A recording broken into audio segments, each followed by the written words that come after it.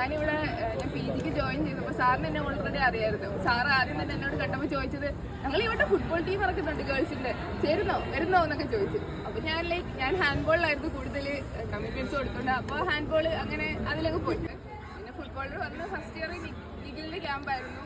അങ്ങനെ അതിൽ നമുക്ക് ജയിക്കാൻ പറ്റിയില്ല. നമ്മൾ പെനാൽറ്റിയിൽ തോറ്റത്, എന്നാലും നല്ല കളിച്ചു. പക്ഷേ എന്നാലും പെനാൽറ്റി തോറ്റതിന് ഭയങ്കര സങ്കടം ഉണ്ടായിരുന്നു.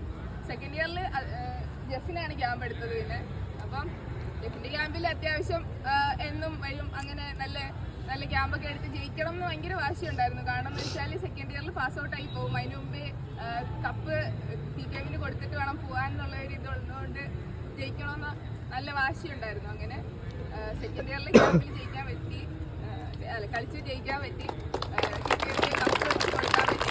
അതിൽ വളരെയധികം സന്തോഷം തോന്നുന്നു. പിന്നെ എടുത്തു പറയേണ്ടത് മനീഷ് സാറിനെ പറ്റി എടുത്തു പറയേണ്ട കാര്യമൊന്നുമില്ല. എന്താണ് FCTKMCന്റെ തൂണും തണലും എല്ലാം മനീഷ് സാറാണ്. അപ്പം എന്തൊരു സപ്പോർട്ടായിട്ട് നിൽക്കുന്ന ഒരാളാണ് മനീഷ് സാറ്.